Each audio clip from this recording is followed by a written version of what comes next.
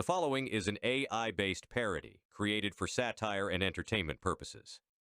All voices, conversations, and scenarios are artificially generated and do not represent the opinions, actions, or voices of any individuals represented. This content is not meant to confuse or misinform. And we're back with ranking the Mass Effect Squadmates and how good they are in the gameplay.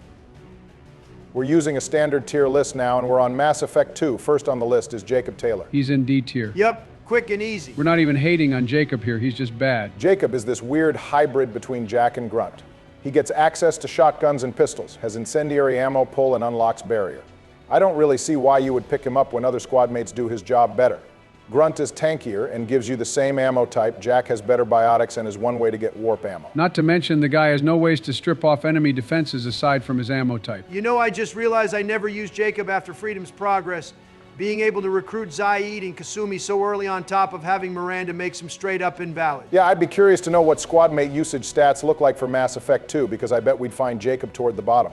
I only use him when the game makes me. The only thing keeping Taylor out of F tier is his usefulness on the lower difficulties. Moving on from Jacob, we have a squadmate some of you might have forgotten. We have Wilson. Oh God, we really are doing everyone here, aren't we? I'm thorough, if nothing else at all. What powers does he even have? Wilson, unlike most squadmates, only has one power, which is overload. Well, I suppose it makes him a touch more useful than Jacob. One power is absolutely insane, though. The other temporary squadmates all get two. He's a loser in the actual game and a loser on this tier list. True, Wilson will go into F tier, and now we get to talk about a good squadmate, Miranda Lawson. No way around this. Miranda is an obvious S tier. Starting with the obvious, Miranda gets overload and warp as her starting powers. She can target any type of enemy health in the game. Plus she gets slammed when she's loyal. A subpar biotic power, but it's an option. The real big thing with Miranda is her class passive. It might be the best in the game.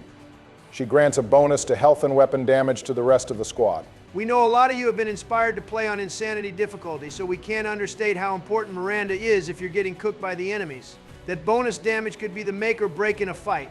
And the bonus to health is pretty nice too. You can tell they wanted us to use Miranda often. She's the only one who provides stat buffs to the squad like this. Oh hell yeah, I'm living for all this Miranda glaze. Miranda's firearms are a bit weak. She's limited to submachine guns and pistols, but when she's able to crack shields, armor, and barrier health, that hardly matters. Donald said it best, there's no way around Miranda going high up. There's only one other squadmate who can compete with her. Speaking of which, my girl Kasumi is next. Kasumi is actually just stupid. First of all, she has overload, one of the best powers in the game. Skip overload. Ninja Girl over here has Shadow Strike, which might as well be a fucking nuke the way it damages enemies. It even does double damage against protections and does more single target damage than any other squadmate power. Shit is broken beyond belief. That's not even the craziest part of her kit. Kasumi basically has an off button in her kit through the flashbang grenade. It knocks enemies down. But more importantly, the damn thing suppresses enemy tech and biotic powers for 40 goddamn seconds. Mind you, the cooldown for flashbang is 9 seconds for Kasumi. You can keep multiple enemies from using any of their powers at once. This is especially good on Harbinger. You stop it from using its biotic powers, and since Harbinger doesn't fire its gun, it just walks around doing nothing as you shoot at it. The fact that flashbang goes through the health types is so stupid good that it almost makes me sick. I'm no Kasumi simp, but she clearly belongs in S tier with Miranda. I'll even say she should go ahead of Miranda. I can definitely agree with that, especially because Kasumi's class passive will further lower her cooldowns, allowing you to spam her flashbang grenade, shadow strike, and overload in quick succession. Kasumi is limited to pistols and SMGs and is actually fairly squishy, but as the saying goes, the best defense is a good offense. There's a reason they had to nerf her in Mass Effect 3, she's just too good. Moving on to Aight. Gramps is pretty good, high damage thanks to his access to both rifles, concussive shot, and Inferno grenade. Inferno grenade is great at dealing with armored opponents, and it panics organic foes. Aight is also the only squadmate to get access to disruptor ammo, making him pretty good on synthetic foes too. Aight is a good pickup early on, though he does get kind of overshadowed by the next squadmate. Still, he's very useful, so we're putting him in B tier. Garrus is back and better than ever. It's only uphill for Garrus from here. Having access to overload and concussive shot allows Garrus to do heavy damage to shields and barriers, but on top of that, he has armor-piercing ammo. They really buffed the hell out of him here. His passive increases his power damage, which allows him to nuke shields with overload and barriers with concussive shot. Garrus comes in and immediately starts putting in work. It makes sense it took the big mercenary groups to jump him. Now the question is, does Garrus make it up into S with the ladies, or is he in A tier? I think one thing we established thus far is that having overload makes you a vital addition to any squad. Gotta remember that besides heavily impacting shields, overload also stuns synthetics and forces enemies to reload their guns. Garrus is a very dominant squadmate, given his ability to target shield and barrier health, and his raw damage is ridiculous. and he provides the best ammo type, I think there is a solid case for Garrus going into S tier. From 0 to hero just like that. I feel like the best squads to run in Mass Effect 2 are Miranda and then going with either Garrus or Kasumi depending on the mission. You can't go wrong with those three. My son is up next. Grunt is basically Jacob but tankier and more resilient. Unlike the other squad mates, he has innate health regeneration, making him better in longer fights. Grunt struts around with the M300 Claymore, allowing him to do devastating damage to enemies, assuming they can survive his charge attack. And like Barack said, my boy eats his spinach. Through his class passive, he can get a huge 50% boost to health, and the Krogan Vitality upgrades will push that even further by 25% each. Warlord Oker wasn't totally crazy when he made Grunt. I got unreal respect for Grunt after he got me through the Dead Reaper in Mass Effect 2. You definitely want Grunt around for missions where you're surrounded by tons of enemies that can be run through. On the lower difficulties, he'll be able to run through fragile enemies like husks and one-shot them. As Joe said, he's a huge asset on the Dead Reaper. But you can also rely on him for the Collector Vessel and Horizon. I would put my boy in S tier personally. I mean, of course you would, you're biased. Grunt is strong, but we should remember he can't do anything to shields, which is the most prominent type of health. We're going to put Grunt in B tier, and we're going to move on to Jack. Hopefully you two will be civil about this. Jack is legitimately useless. Thank you, Donald. She has use on the lower difficulties. No one is worried about the lower difficulties. Now, I did say we would be considerate of difficulties easier than Insanity, Donald. Let's hear Joe out. Jack has access to decent firepower since she uses shotguns and gets access to warp ammo. Plus, she has Shockwave on lower difficulties. It can send unprotected enemies flying, and even enemies with health protections get staggered by it. Yeah, all of that is great. She's still squishy as hell. Why did they give a shotgun to a character with no way to keep herself up? She dies all the damn time. Donald has a point there. Grunt gets fortification and has passive health regen, and Jacob has barrier. Hell, even Tali can restore her shields with energy drain. Presumably, Jack is supposed to be a glass cannon that specializes in crowd control, but it just doesn't work when she is very susceptible to dying. She still serves a decent niche in the game. Samara does everything Jack does, but better, and while being better looking on top of that. Samara is also able to sustain herself with Reeve. Jack isn't exactly trash. She does have a purpose as a pure crowd control ally, which is more than I can say for Jacob, but Donald is right.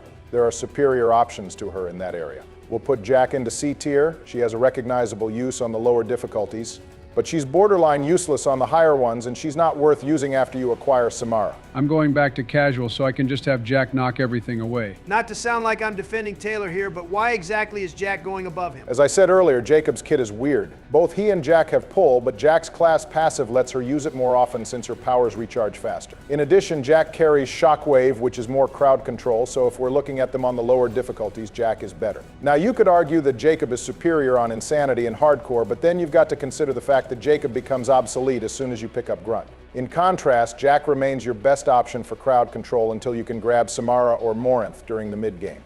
Lastly, and this kind of kills any chance of Jacob being rated higher than Jack, warp ammo does bonus damage to barriers, thus making Jack's presence on collector missions worthwhile even if she's dead weight a lot of the time. Especially because Jack can give warp ammo to the squad.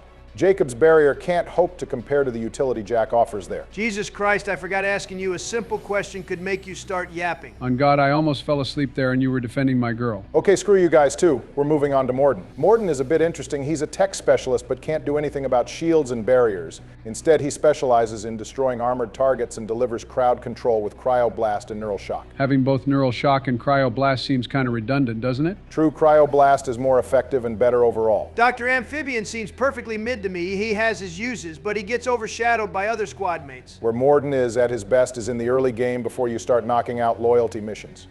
He starts out with Incinerate, making him your only main way of applying burst fire damage to enemies. His usefulness only tapers off as you unlock things like Zaid's Inferno Grenade and Garrus's armor-piercing ammo. That's okay, Morden doesn't have to be good in gameplay. He carries the squad in the story by coming up with the Seeker Swarm countermeasure. All right, Morden goes into C tier.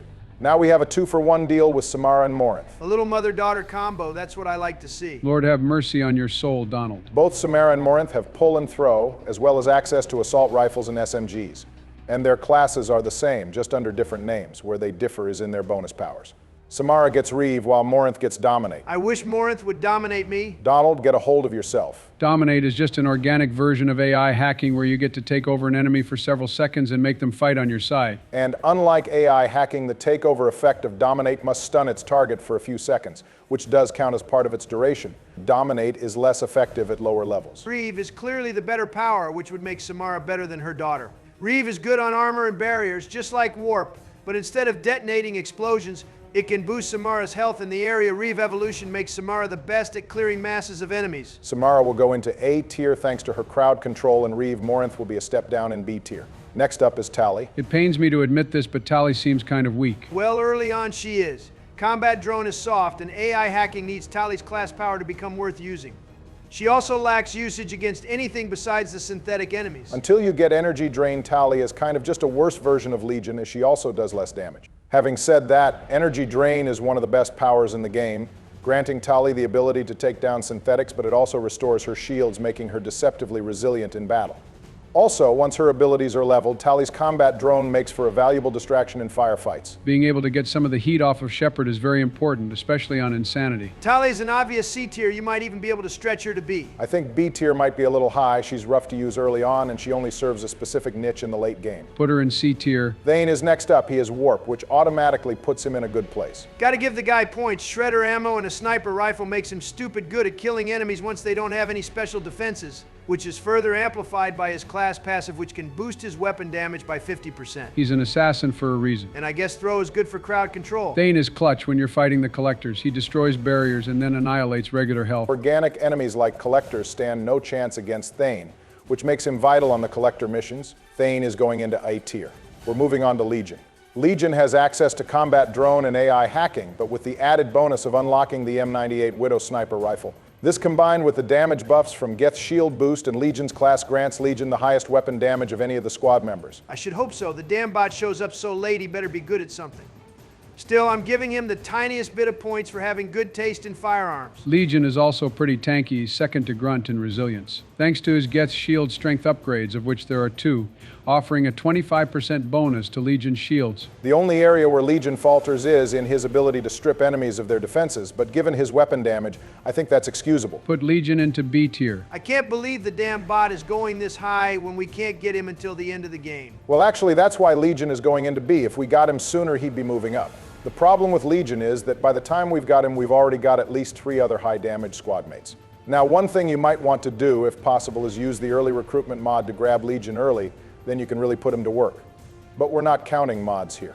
Next up is Amanda Kenson, a temporary squad mate from the Arrival DLC. Kenson has Overload and Incinerate, which are 2 pretty damn good powers for a scientist. Kenson is limited because we only get to work with her for like 10 minutes, but she has everything she needs to be good in combat. Though she is limited to the M4 Shuriken. Despite her powers being among the most useful in the game, Kenson only has 2 while most everyone else gets 3, and her standard gun is one of the worst. If she were a fully fledged squad mate, she'd have a case for B tier, but since she's only temporary, the best we can give her is D tier. That leaves us with Liara, who comes back in the Shadow Broker DLC. Like Kenson, Liara is limited to just the DLC mission she's in. But unlike Kenson, Liara is actually a fully fledged squad mate. She has Warp, which automatically puts her in a high place. She's also the only one with Singularity, which even on Insanity difficulty is pretty goated.